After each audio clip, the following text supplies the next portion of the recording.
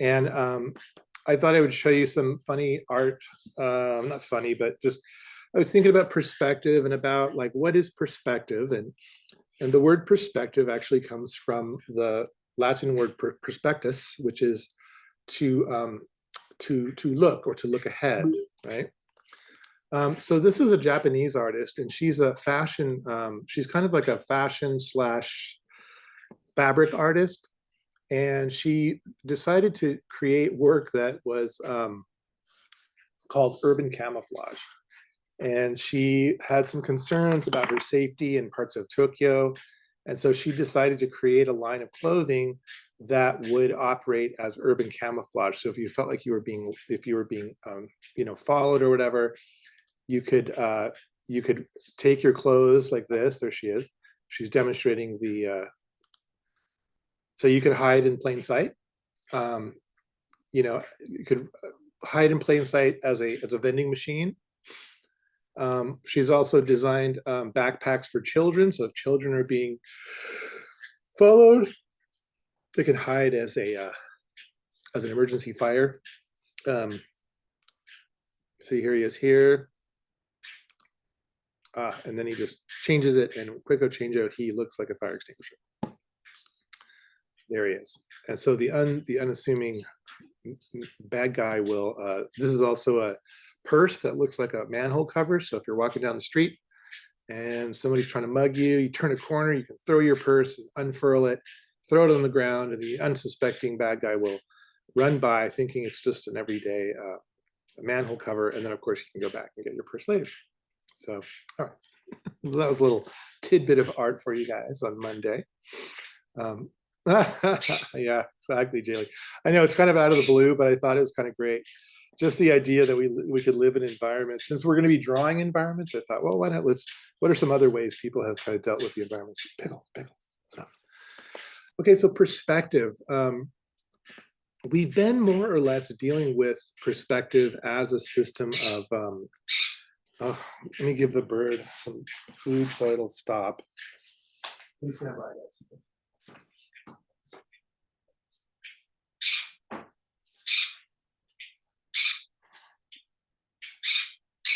Okay, I'm almost back.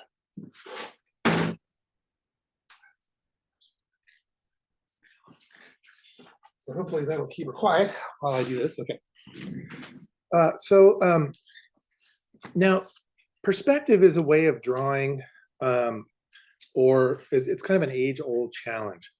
And this is a picture, and one of the questions you guys can add in your answers in the chat. But I'm wondering, looking at this image, which way is the horse looking?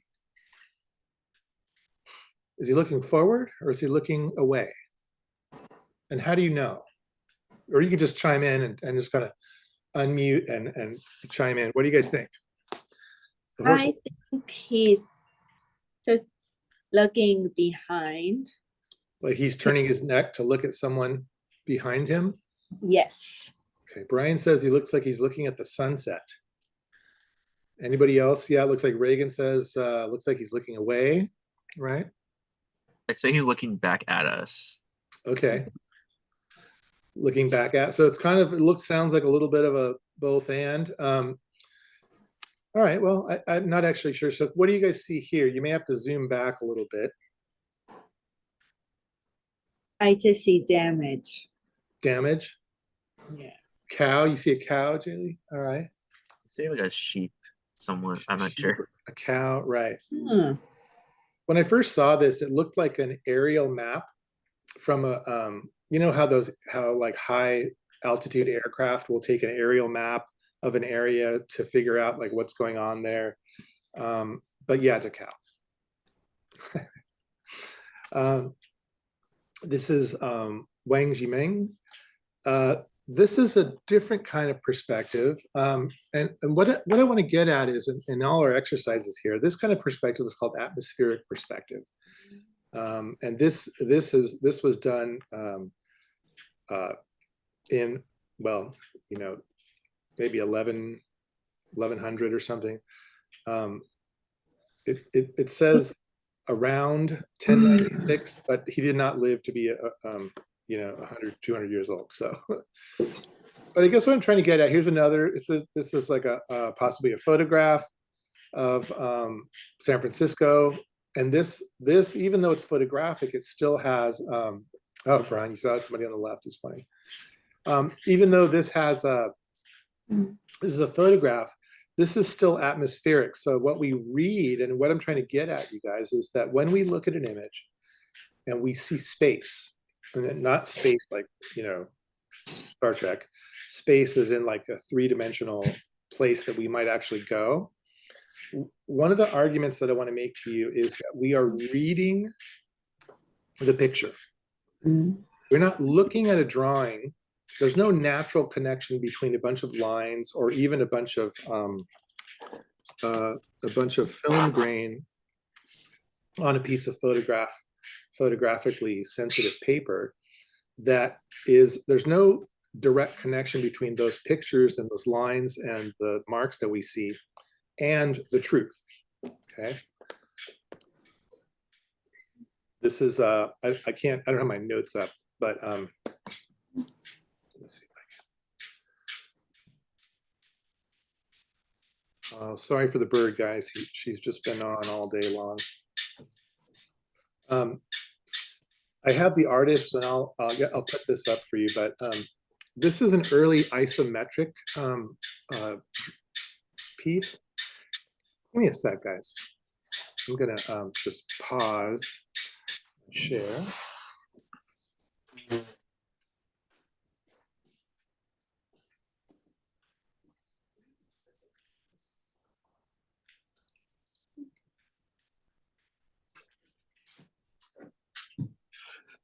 Give me a sec, guys. I'm going to try to get our feathered friend. It's okay. Oh, okay. So this, can you guys, are we back? Okay. So this piece right here is what is called isometric perspective. Hopefully you guys can hear me, right? Because I did the pause shares. Yep. Got it. Okay, good. Sorry, of course, chicken. So this is what's called isometric perspective. And early on, you might think, well, people have always known how to draw. They've always known how to draw space. They've always, the vanishing point and all this kind of thing.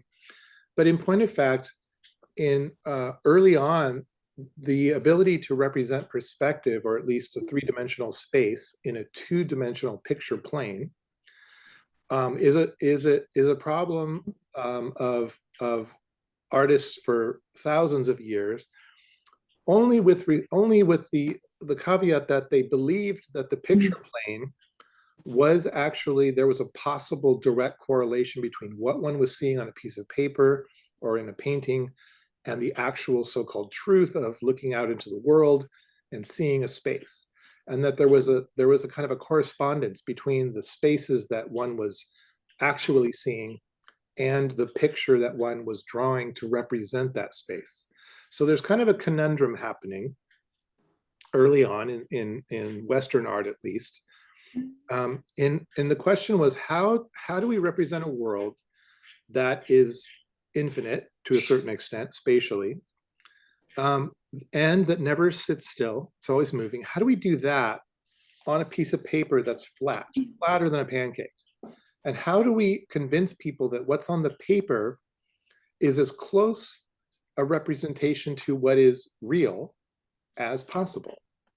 And that's where this comes in. And I know it gets a little bit fuzzy sometimes, but what I'm talking about is in terms of us reading a picture. So in this case, this is Giotto. And Giotto, this is in the Scriveni Chapel in Padua, in Italy. And he's using, you can see what's common in very early Renaissance, kind of pre-Renaissance paintings, is the use of an atmospheric perspective, or like a perspective where it's kind of a stacked perspective. So the things that are closer are in full view, and the things that are further behind are hidden behind the things in back. But there is no attempt necessarily that is made to adjust the size, since we now presently know that as things, because we live on a a sphere. Lines converge because of the fact that we live on a sphere. So here, Giotto is just using the architecture as a kind of a setting. And the setting is more linked to these folks over here, who are the pontiffs, right? And I'm presuming this is Jesus and his disciples. And if I were to use some of my techniques that I have, and which is what I did, to try to figure out where the vanishing point was, I realized that there are multiple vanishing points in this picture. So when Giotto painted this, the actual spatial positioning of these people was not as important as indicating or symbolically referencing an architectural structure that in some cases might have been quite modern at the time and quite fancy, and it might have connoted something more about to do with wealth or a location or ideas of officialdom.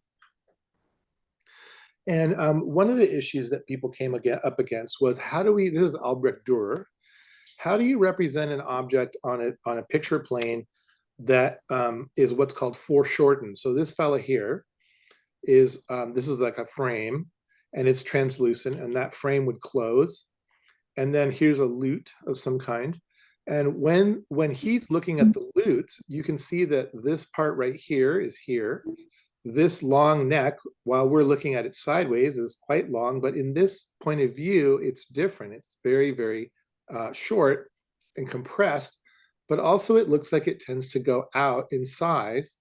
And then all these lines here alongside the lute body indicate, much like a cross contour line, that the body of the lute is actually moving out into space.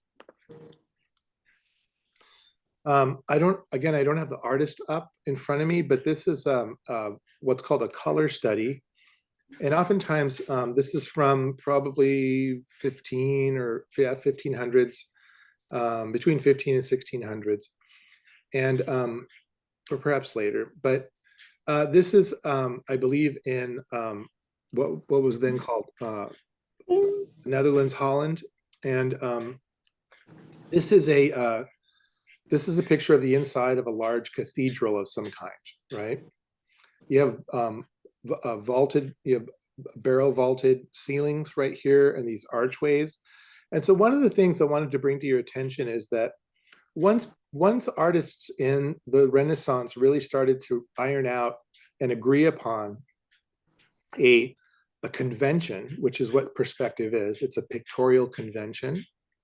It has nothing to do with truth, although some would say it does.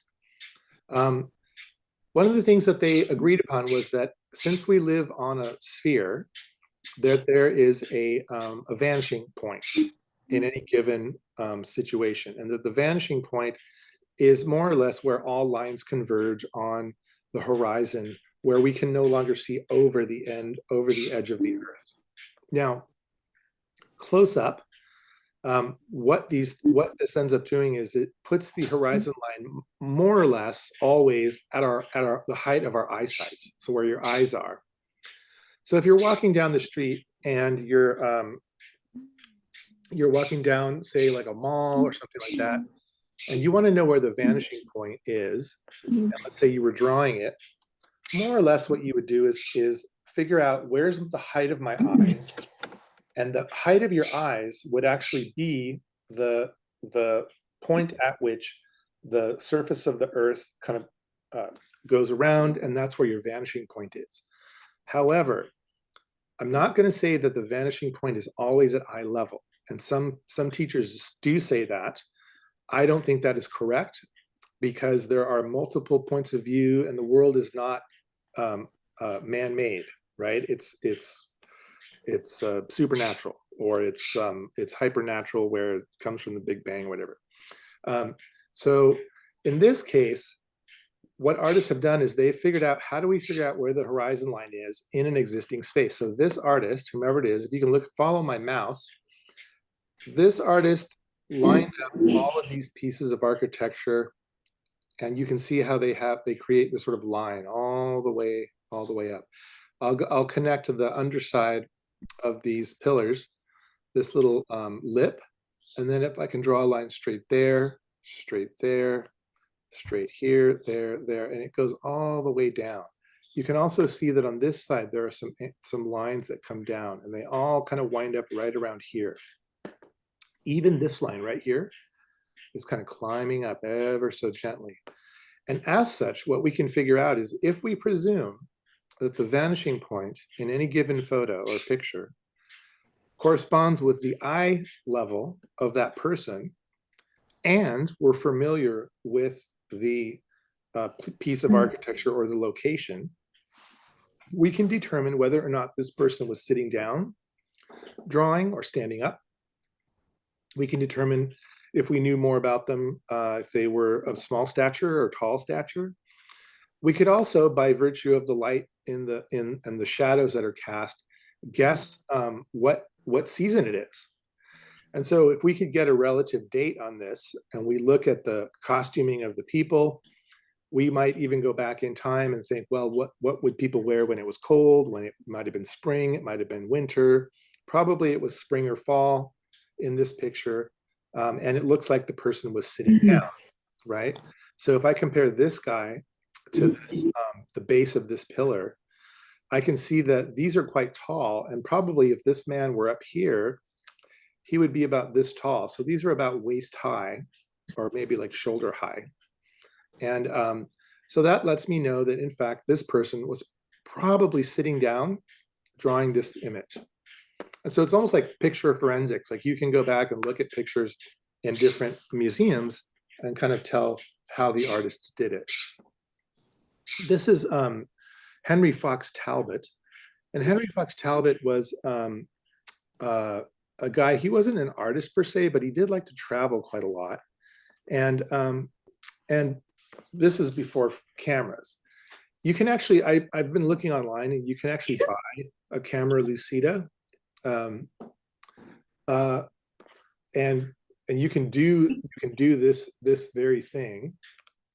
And so what this is back before photography, you would go on a trip. Let's say you go out to the countryside, or you'd go to another town somewhere, and all that would really exist are maybe like some photographic postcards, or some small paintings or etchings that you might be able to bring back as proof that you were there and show some friends and talk about it over dinner. But Henry Fox Talbot went to places that were not super popular with everybody. Like he liked to go out into the countryside, and he wanted to be able to bring back some pictures to show people. But he wasn't very good at drawing. And so what he did was he created this little mechanism called the camera lucida. And you can see he's got it there leaning up against his face. And what it is it's a prismatic lens that at once, as he looks down through the prismatic lens, the lens does two things. It allows him to see the page, but it also gives a ghost image of what is in front of him directly. And so all he has to do is just trace over the ghost image that's being reflected, the ghost image of reality that's being reflected onto the page, and then he would take it home. And this was sort of what people did, as they still do, tell travel stories. And so this is kind of how this is how the camera lucida works, right? So you would be looking down, say, toward your picture, your paper right here, right? And then the thing you were drawing is out this way, and it hits the mirror, and it reflects up, and it kind of meets in the middle on this prismatic surface. And that prismatic surface, the half silvered, it's kind of like having mirrored sunglasses. So the mirrored sunglasses or mirrored glass would come down here, and then he would be able to copy it onto the paper. And there's one there in use. This is the camera obscura. So camera obscura, maybe some of you have seen camera obscuras. There's one in Santa Monica that is like a room that you can go in. It has a pinhole, and it's on the cliffs. It gives you, excuse my yawning, it gives you a panoramic view of the ocean. And what happens is, because there's a little pinhole in one side of this room, the entirety of the panorama of the ocean is projected through this little hole, like a pinhole camera, onto the walls of the room you're in the middle of a projection, a real world projection. This is just optics of the world outside. And so what they did was they knew that they could do that kind of thing, but they wanted to create a way that they wanted to create a way to use it in the studio, much the way that Albrecht Dürer had been doing before with the gridded screen and looking at the lute. And so now the trick here, though, is that with a camera obscura, this comes in upside down and backwards. And so what the person would do is they would draw the drawing on, they would pretty much have like a translucent piece of vellum or something. And you can see this fellow here is drawing what is being reflected from the outside in this kind of darkened area. And so now let's talk a little bit about the power of vision and about perspective as a well, as an ideological construct. All right. So what do I mean by that? What I mean by that is that if you're an artist and you're using the conventions of perspective in your artwork, what you're doing there is, since you are the only one that can see the types of perspectival, you know, objects that at your height with your eyes, when you paint something, what you are doing is you're painting what they call your cone of vision. And your cone of vision is the very thing that only you can see. So artists began to use this cone of vision and this perspectival system in a way that would prioritize particular ways of seeing a painting over others. So you might go into a museum and see a painting that is like very realistic, very well done, like a Michelangelo or something like that. And you might think, gosh, they have such a good eye, right? But the one thing that they also have is they have that cone of vision. And so what they are showing you is not simply what you're seeing in terms of a subject matter, but they're also showing it to you in a way that they want you to see it. And that's very subtle. So these are some more optical illusions, and this is where we get sort of a play on that expectation. So we've come a long ways where the use of perspective in imagery has become so expected and easily read that there are some artists who can do these kinds of optical illusions and play with our expectations and kind of mess around with what we understand, what we're reading. And this is why I think that perspective is simply a convention of representation and not what is called more or less true than another form of representation. And I point to optical illusions as evidence of the fact that if something were true and this system were kind of, you know, irrevocable and perfect, then wouldn't it follow that just so long as all these conventions were followed that it would work?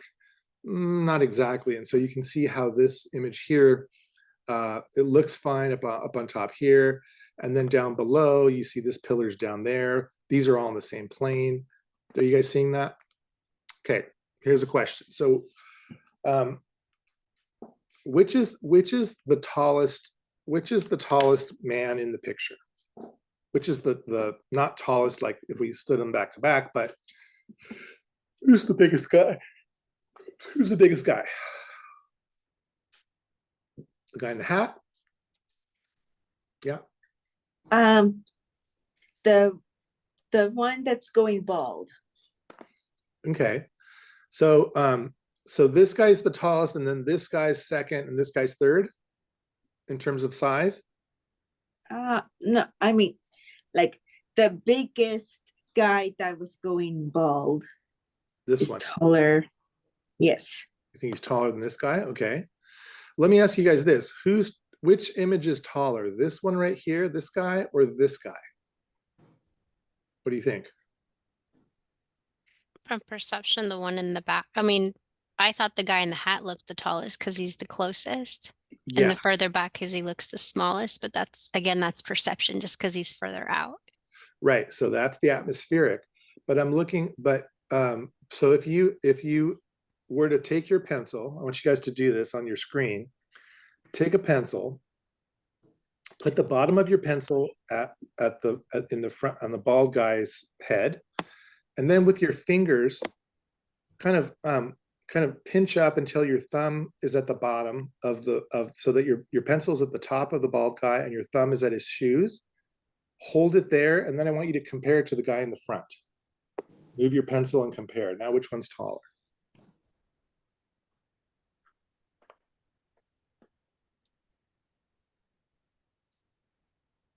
Or are they about the same? A little Same bit almost the size. same. Yeah, they're the same. And so this is how we read perspective based upon, so size doesn't really matter in terms of perspective because this guy and this guy are the same size. But in our mind, because we are so used to reading spatial cues about distance, height, and size and closeness and far awayness, this guy automatically seems a little bit bigger than this guy, although they're the same, right? Same thing here. Which guy's bigger? You can do that same trick if you want. The guy in the back looks bigger. So do that same measurement thing that I showed you before. Put the top of your pencil on the top of his head and put your thumb at the bottom, and then compare the two and tell me. Oh, the same. Yeah, they're the same. So again, like perspective is a complicated exercise in representing space.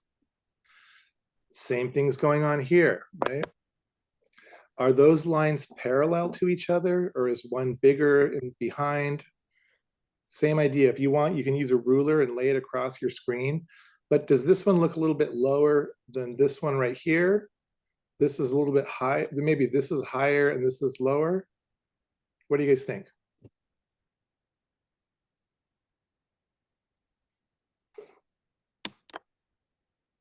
That's so weird. It's the same size. It's the same size. And not only that, they're parallel and they're on the same plane.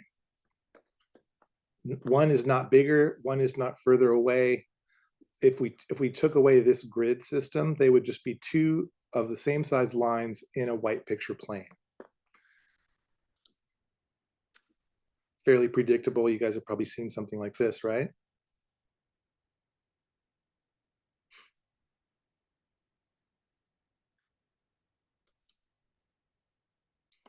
I'll skip that one. Okay, so this is more. So you can see how the conventions can work in isolated areas. It's not, in other words, like having a perspectival system within a painting or a drawing doesn't mean that it always follows the same exact version of the rules from one area to the next. More optical illusion. This is sort of the endless stare, a la oh, my brain is not working. Well, I'll move on. This is an artist named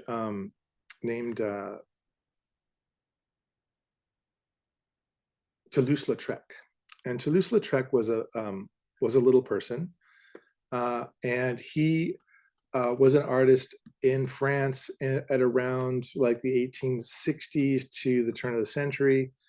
And the Moulin Rouge, the red, it's called the Red Mill, was a small but mighty little place, and I think part of it is still there. And it was just kind of a cabaret where there were dancers. It was also a place where people drank, and there were prostitutes, and there were just all kinds of a strange mix of people. And he would draw. They would just draw their environment. And so one of the cool things, if you guys go to a Toulouse-Lautrec show, because he was a little person, many of his drawings are done from a very low perspective, or a perspective that people who don't perhaps suffer from, or who have dwarfism, people who are taller would have a different perspective. So it almost always looks like this was drawn with him sitting down. And you can see how close this banister is. So if he were sitting at a table, for example, and we're 6 feet tall, the banister might not be so close and up against the face. In this case, because he had a smaller stature, the banister looks a lot larger. These are done with pastels, color pastels. This might be, these are studies for larger paintings.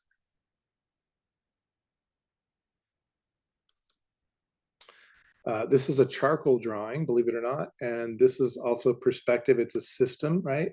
In this case, the vanishing point is going up. So if we were to follow this line up this way, and then we were to follow this line like that, all the way up, the vanishing point would be somewhere up in the sky up here. This is also a charcoal drawing. These are shadows that are cast from the building, very harsh shadows. Aerial view.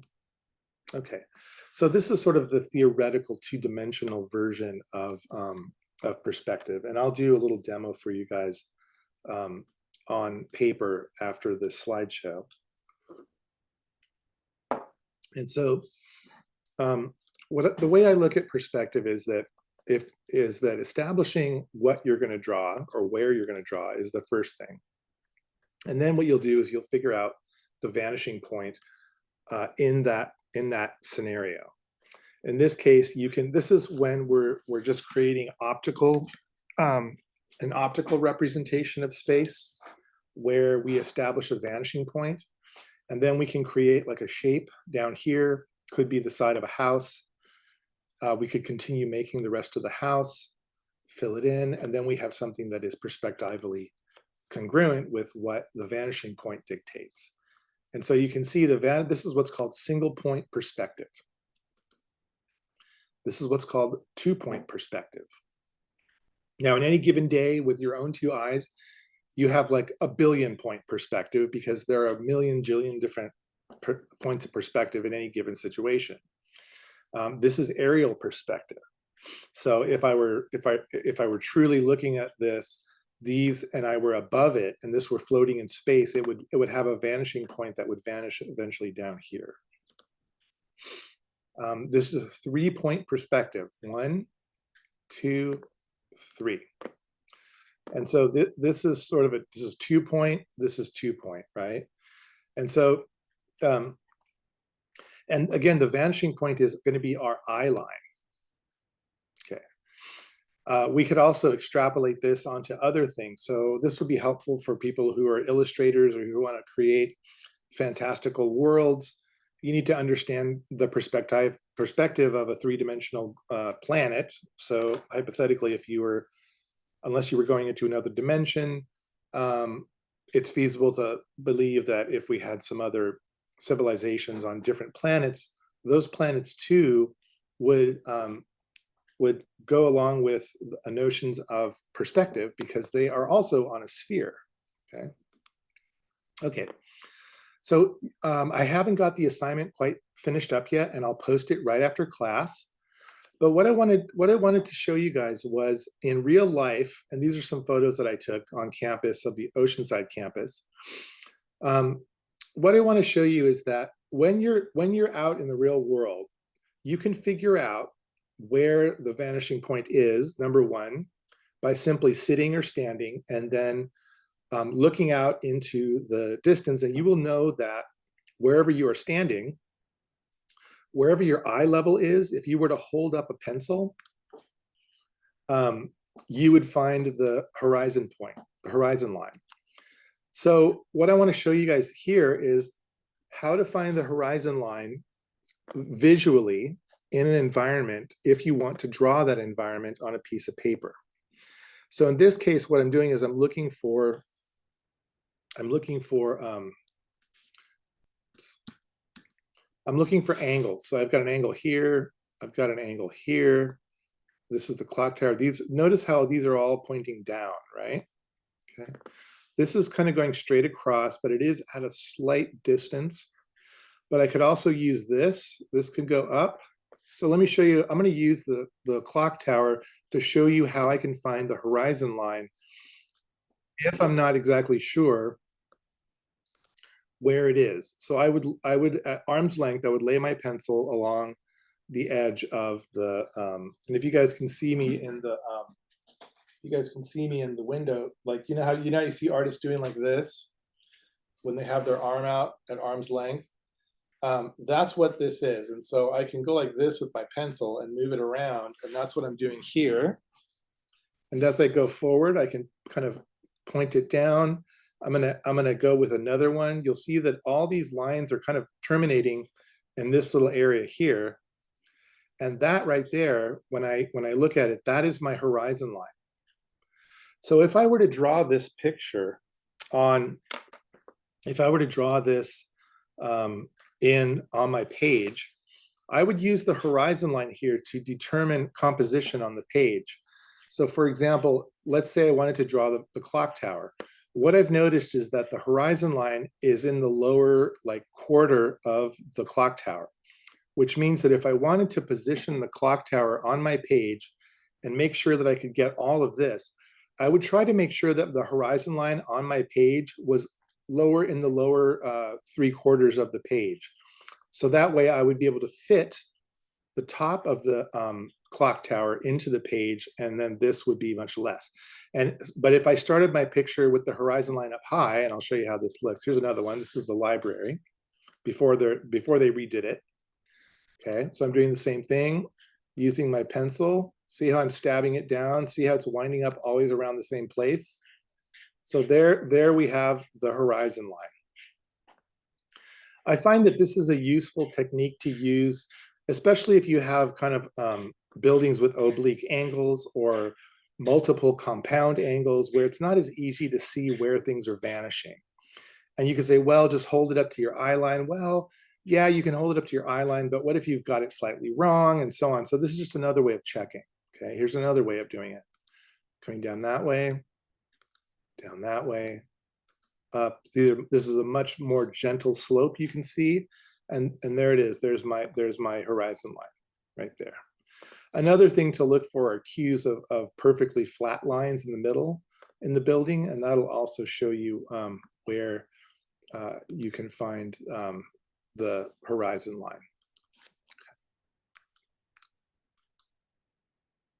So what I'm going to have you guys do, and I'm going to switch up my share here. I wish I could, this is something that I usually do in real life, but what I'm going to have you guys do is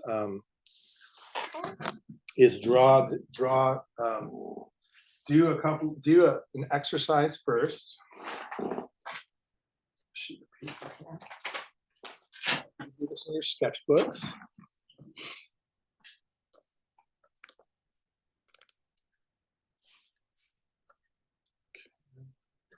All right. You could do this in your sketchbooks, and it does help to have a ruler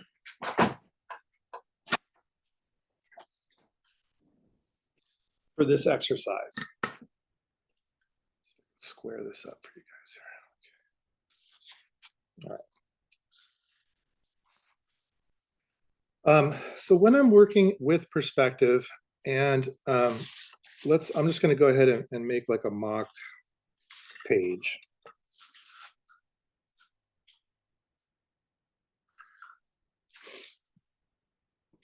You don't have to do this. I'm just doing this for the sake of the demonstration.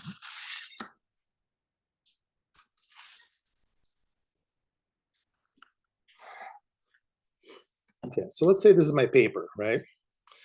Now, if I wanted to draw the clock tower, as I did before, and I put my horizon line up here, I would run out of room because there would be the bottom of the tower down here, and then it would go up, up, up, and I would run out of room. But so when I'm asking you guys, so what we're going to do first is we're going to do 2 drawings. The first one is going to be due next Monday. The second one will be due the following, Sunday. And then the following one will be due on the following Sunday. And they're going to be 2 drawings. Now I have put up some photos which you'll use to figure out the horizon line, and let me pull up a photo so we can all do it together so you guys can see.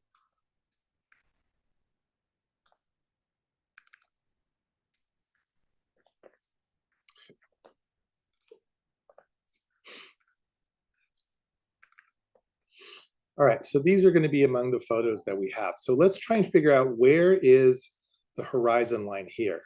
So what I'd like you guys to do is take your pencils or take a ruler, and I'd like you to lay the ruler lining up with the header over this door, the sill of the window. So if I just lay it like right along here, okay, and I bring it down, it comes around there. Here's another one, comes down this way. And where those lines intersect, that's going to be your horizon line. And you can also look at these ones here.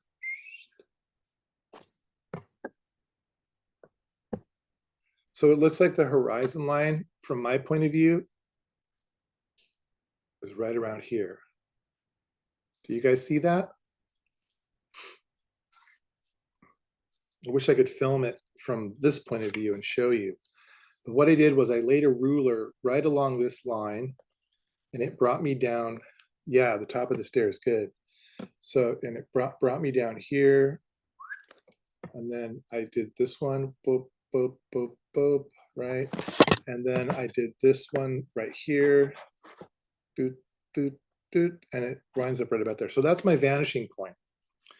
Now, photographs on the web are one thing because you're going to always have a really particular point of view from a person's perspective, right? And more often than not, people will center their photographs, and it's the more adventurous photographers who will find a different point of view, right? So let's look at this one. This is an interior space. Same logic. So if I were to put a ruler up on my screen and lay it along here, come down, and then I did this, and it came down, and then I did this, and it comes up, and I did this, and it comes from here, up, up, up, up, up, up, up, up, up, up, up.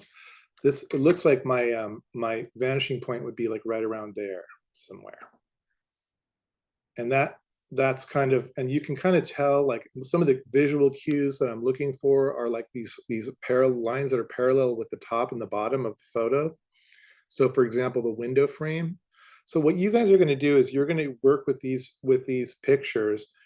But what I'd like you to do is attempt to draw something in real life, not from these photos. Okay, same thing here. Let's find out where the vanishing point is. So if I were to lay my ruler up on there and I were to draw a line, see, follow my mouse coming up there, right? And then over here, coming up here, okay. Oops, the mouse is not moving very freely that way. Then I could also do from up here, coming on down, very steep line coming down.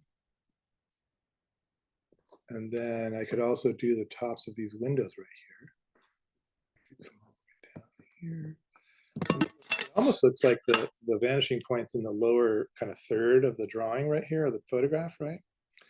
And so why is this important? It's important because if you're drawing something in three-dimensional, like real-time space, what you're going to do is you're going to use the vanishing point as almost a key to placing an image on your page. So I'm going to switch back, and if what I'll do is I'll throw this photo into here's another one. Maybe I'll do this one. So if I'll throw this one in the chat, and then if you guys want to open it and watch me kind of go about drawing it, then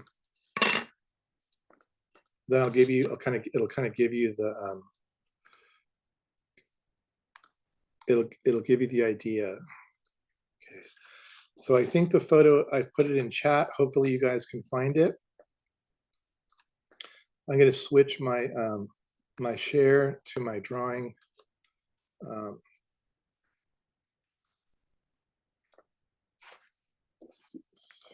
Oops.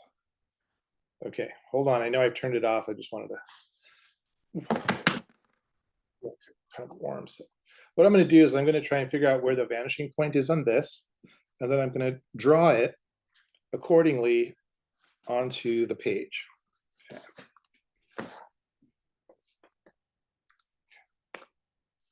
All right, we're back up. Okay. So I have this this image up, and then I'm going to do my new share. Okay. So let's say I'm out in the world and I come across this beautiful pathway in Encinitas. Of course, this is not Encinitas. It's like, I don't know, Italy somewhere. And this doesn't really matter what kind of pencil you use, though what I would like you guys to do is to use your pencils to create some kind of value. And so what I'm going to do first is I'm going to lay you could do this too. You can lay your ruler or a pencil or something along the edge.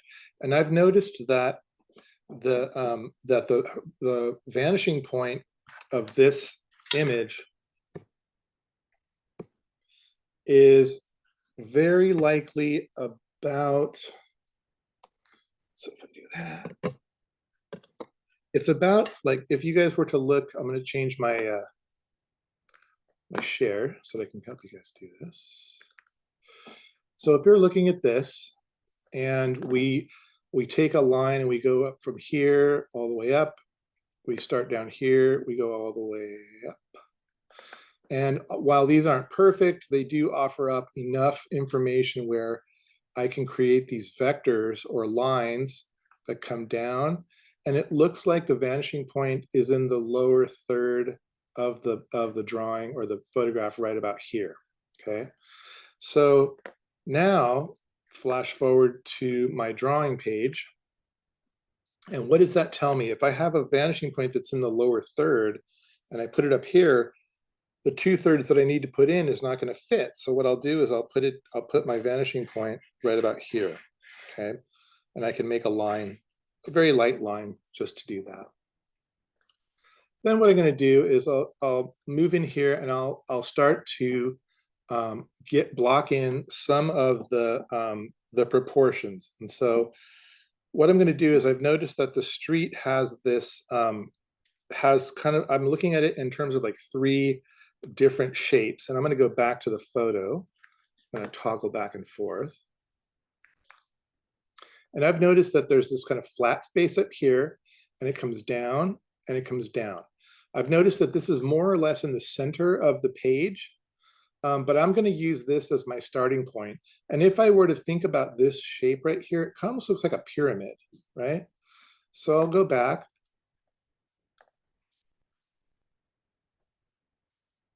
And now that I have my vanishing point there, I know that the vanishing point is somewhere at the top of the door.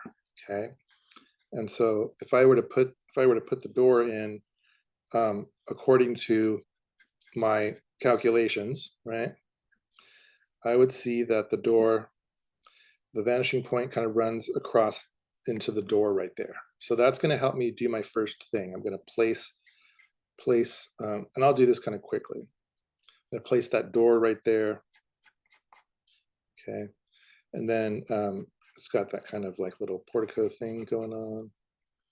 Comes up and around, and then it kind of vanishes there.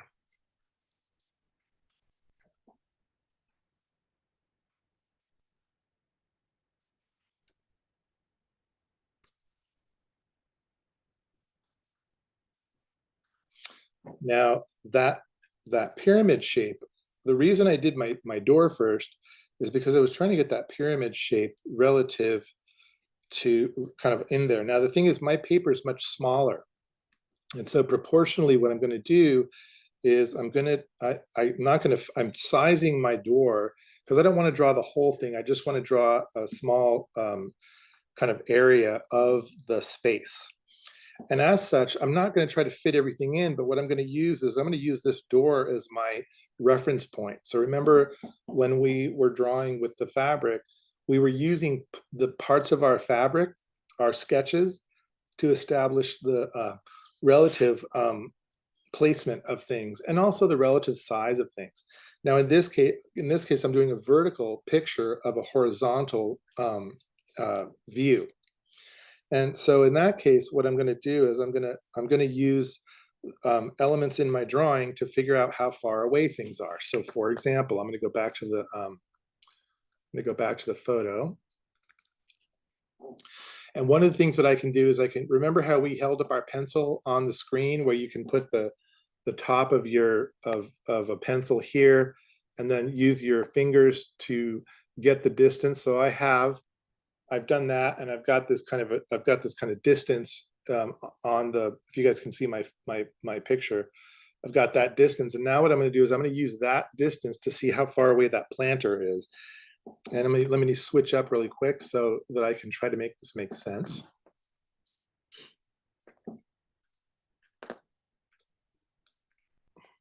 Okay, so I have the door here, and what I did was I established the distance there because I thought, okay, so what I've done is I figured out that the vanishing point is right here, and there's my vanishing point.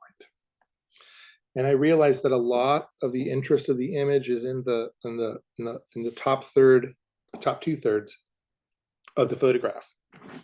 Now, I've gone ahead and I've established that my vanishing point cuts more or less across the top of that door. So the door is going to be my go-to kind of thing. And what I'm doing is I'm going to measure this door here, and I'm going to use that measurement there, kind of like this. And when I did it on the page, it looked like the planter that's off to the right was about one door's distance from the edge there. And that gives me the line of where I can now put my the edge of my my planter box. And then there's some flowers that are going in there.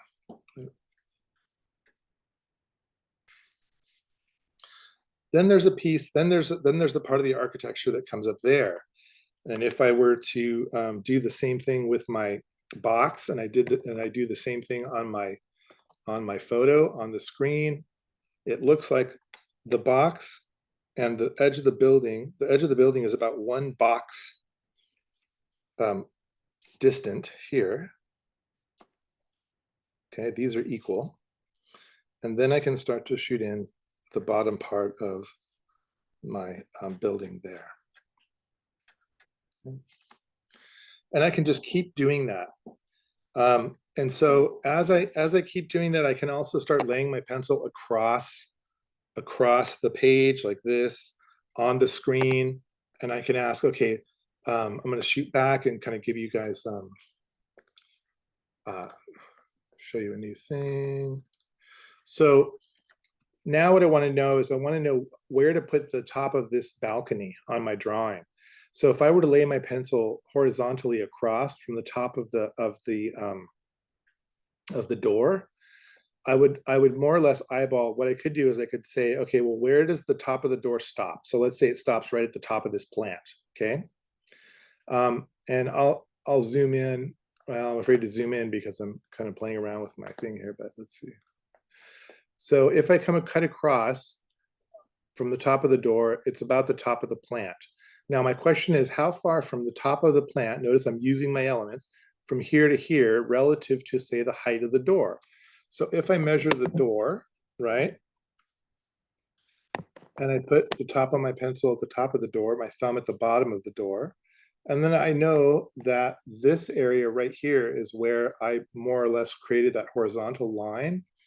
Now I can measure up this way. And when I put the door's length up there, it looks like I've got about 2/3 of the height of the door. And here's what that looks like in real time when you're drawing. Okay, so I took the door, I pinched it there, and then I know that if I just cut straight across, here's where that little plant was that's kind of poking out. What I figured out was that kind of the balcony part started about 2/3 of the way from the top. So this is the distance right there of, if I took the door and I put it there, that's where it is, but it was about 2/3. So 1, 2, and that right there, this 2/3 line, okay. Well, there's that. Oops, sorry. Let's see. Okay, there we go. Yeah.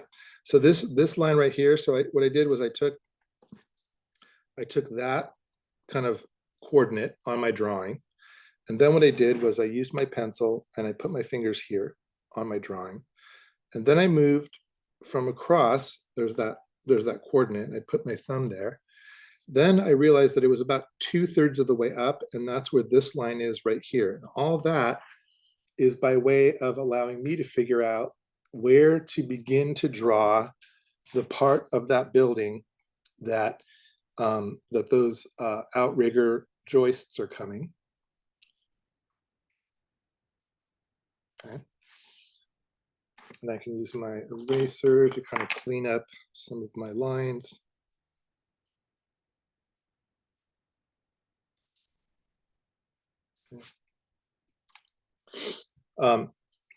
And then I can also get an idea of the angle of all of those different, right? All these different things come up like this. So there's one here, there's one there. Looks like there's some coming out here. Looks like there's a missing one. And then looks like we've got some like that, right? And so on. And so these get slightly bigger. Okay. And there's the edge of the other part of that apartment building that comes up. Okay. And again, you can do all the different types of measurements. So I could say, well, how tall is the top of the building relative to the bottom of the building? And it looks like it's about the same size. So if I feel confident that I've got this part correct, I can go like this and like this, and that's going to be the top of that second story. And it looks like there's kind of a window shade kind of propping out there. Coming down, it looks like a kind of like a transom shade goes up. It looks like we've got another one kind of coming in like this. Looks like some kind of a pipe of some kind. And this kind of comes up.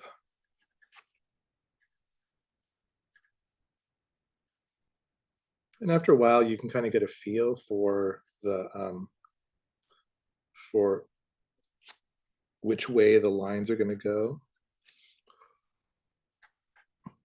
You could also do kind of like that sketch kind of technique that I showed you guys. Okay. And then this has like a kind of an angled wood here, there. And it looks like it's got some kind of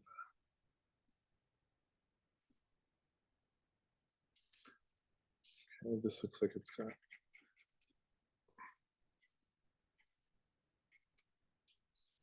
okay. All right. And then we've got all these kinds of interesting lines coming through here. And it looks like there's another something going on there. I can't really tell. It's very foreshortened. It almost looks like a pipe of some kind. And then just down. And then what I've noticed is that these roof lines come in right at the top of my that one kind of transom slide. And there is ever so slight an angle, right, on that roof that comes up. And then out and up.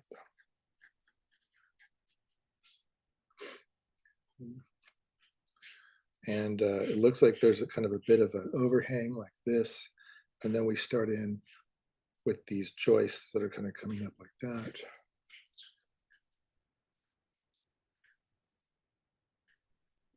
And as they get further and further away, they become closer and closer. And then same thing here, I'm just looking for this little edge there. And there's these kind of big joists there. And again, I'm being kind of quick here, guys, just to give you an idea, okay? Now, and then once I get that kind of blocked in, I can go back in and start playing around with some of my shadow, getting some of that intensity of the shadow in there. Some really beautiful shadows on these joists here.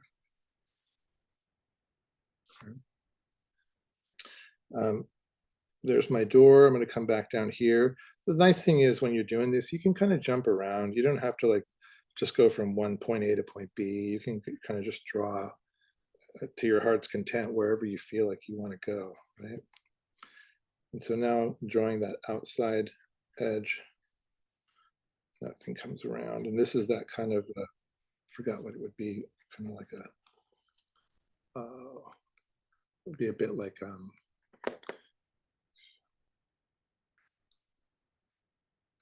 just trying to oops, show chat. If you guys are in, I can't, for some reason I can't see my chat, so if you guys are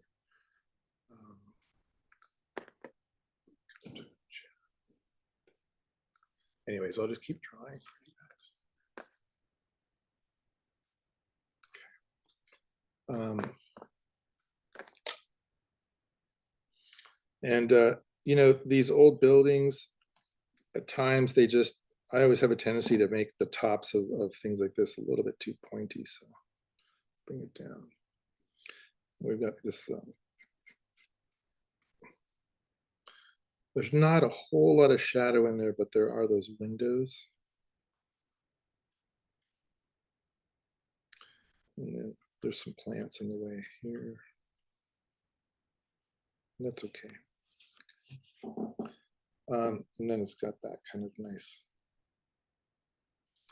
edge. Come in, there's a lot of kind of beautiful detail in there, and I can clean this up too with my eraser as I go.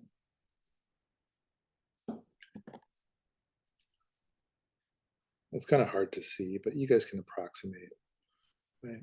Okay, now, so there's the edge of that thing right there. It looks like I have a little bit of a, it almost looks like there's like this very, very abrupt kind of edge here that comes out, and kind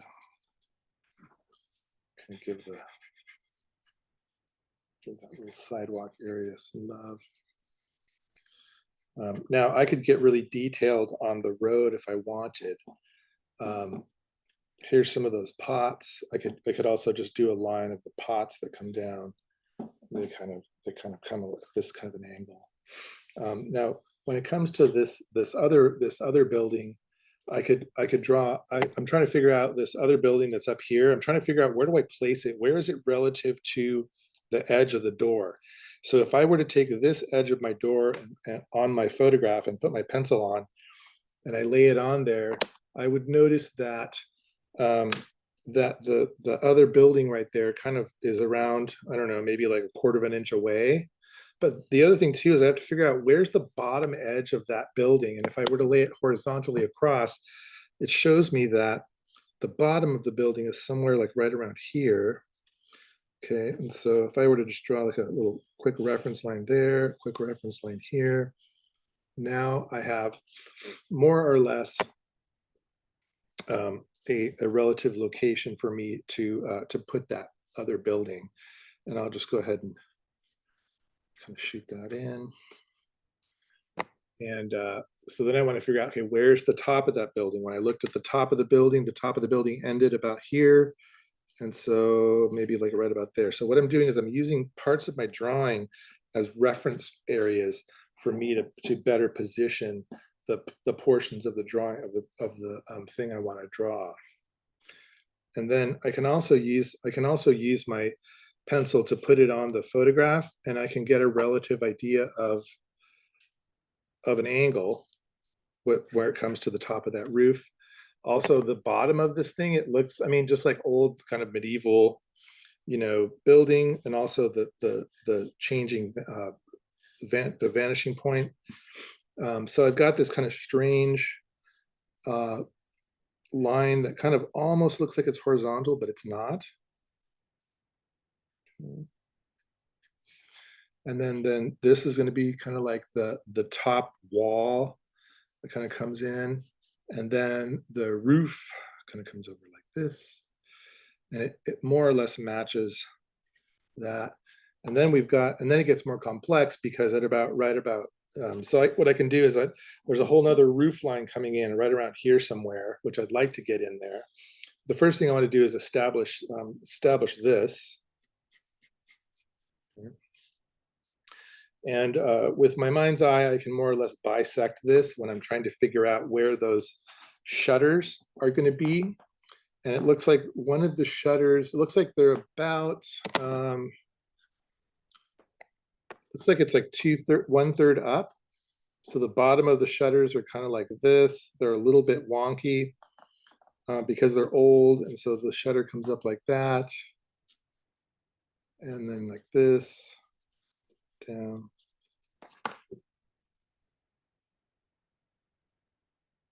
There we go. And now I can kind of shoot in some of these shadows here.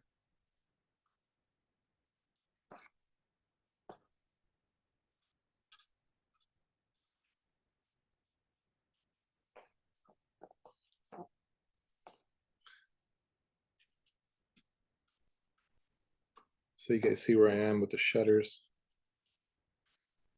Okay. And then here's the other shutter over there. And again, old shutters, they're wonky. They don't sit perfectly straight on the, oops, looks like I messed up my camera there. Okay. No, there's really not really a need to use a ruler. But if it makes you feel safe, you can use a ruler, but I tend to feel like the ruler robs the drawing of some of its kind of natural quirkiness that might end up, you know, showing up in your drawing. So this comes like this.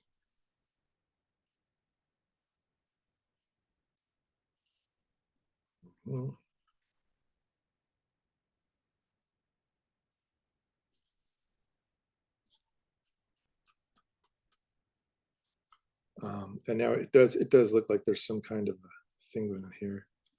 And then of course there's that nice dark shadow.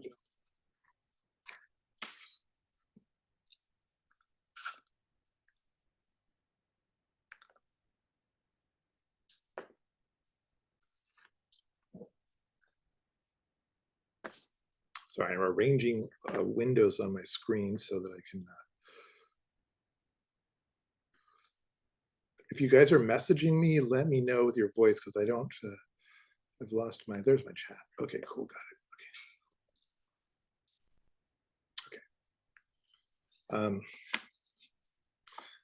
Okay. And so here's this, and then I've got these other shutters are kind of coming in. So I'm gonna. And then also there's this really foreshortened version of the interior of this house, right, coming in. And then I've got just a sliver of that wall there. This comes up and kind of straight across and down. And then we've got, and you know, and I realized that some of this stuff isn't really making visual sense. Like if I were to draw it from memory, I'd probably make some very different choices about how what we were looking at.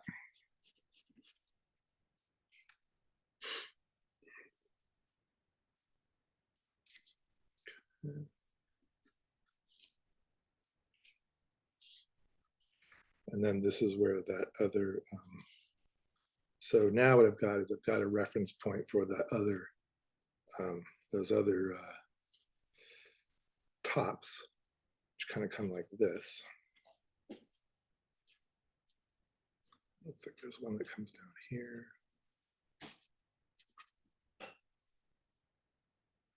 Okay, no problem, Brian. All right. And then this guy kind of comes up like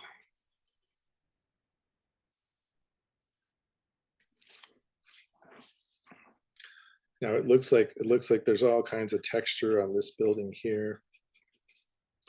Kind of comes to, has a kind of a strange kind of a thing where, you know, old buildings, what's kind of cool about them is they're never perfectly straight, you know.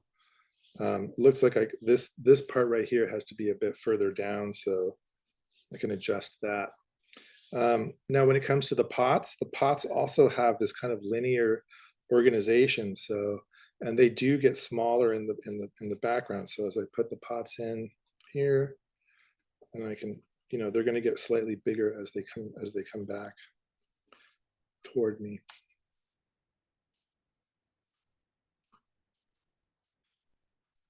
And it looks like there's a little porch right here. Somebody's little porch stop. So we've got another little pot right here, a little green pot. Little pot front there, some plants. So this is something you'll just want to take your time on. It's not, it doesn't, not a big hurry. You know, do your best, do what you can do. So you can see how I've kind of overall started to try to get the look and feel of this building in there. I've also got like a chimney that's coming up. Looks like I've got that too high. Yeah, it's got that much too high. So there we go. And looks like I've got a chimney that's kind of popping like this a little bit. Come down, down.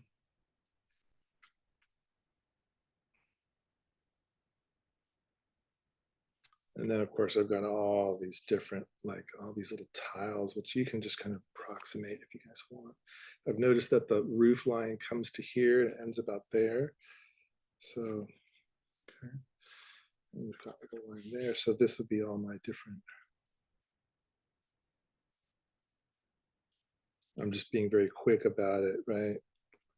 Just to kind of show you guys what we're up to. Looks like we've got a little bit of got some flashing there or something. Looks like there's a overhang there.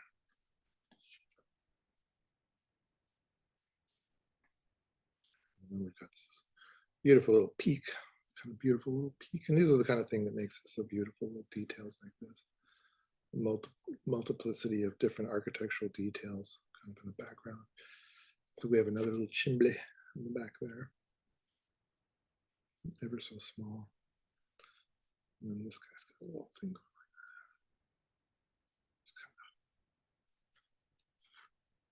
that. These are all, of course, leaves. And so on. So I'm gonna probably leave it there. Now when it comes to this, the kind of drain, it does have a kind of a turn to it. And it's literally just like this really, really small kind of a line that kind of comes, and then I guess it kind of turns and has a little bit of a wander to it. And then this is where things can get smaller, big, small.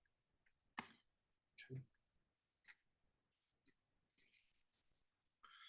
And then of course I've got these windows up here, which will give this building some kind of you know, presence. It's got a little bit of a shadow coming down here. We've got some, okay,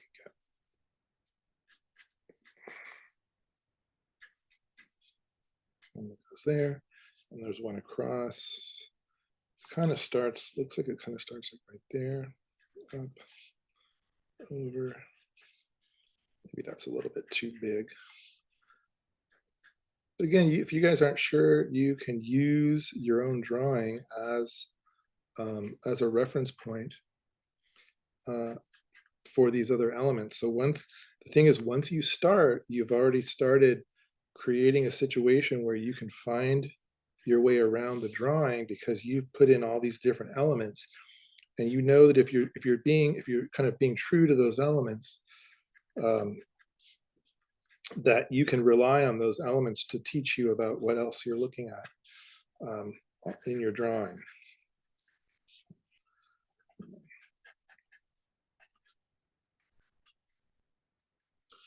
And so on. So, and then of course I can go back in here and I can begin to shade in these bits and pieces and make it look more kind of like a real space. So that's kind of how to go about doing it. Looking at the horizon line, using the horizon line as a placement option for where you're going to put the rest of your drawing. You're going to do two drawings. You're going to do one that's outside and one that's inside. And right after class ends, I'm going to post the assignment for you guys with the resources. But I would really like, pardon me, I would really like you guys to possibly use real life as a reference instead of relying on the photos here for your drawing. And because I feel like these tools, I know that these tools work the same for flat drawings as they do for real life drawings. Looks like I also forgot to do this little kind of, looks like a fan, like some kind of event fan of some kind. Right? And there's that kind of wire that comes across. Yeah. All right. So I'm going to leave it there, and hopefully that will help you guys get going on your perspective drawings. And then what I'd like to do is, if we have time, I'd like to, we could do an interior draw along on Wednesday, and I can kind of go over with you guys how to locate the vanishing points on interior shots and that kind of thing. Okay, any questions, you guys? All right. So I'm going to sign off on this one, and then I'll get the assignment up for you guys and get it ready to go. Okay. So I'll see you guys on Wednesday. All right. Have a great day. Hi. Bye.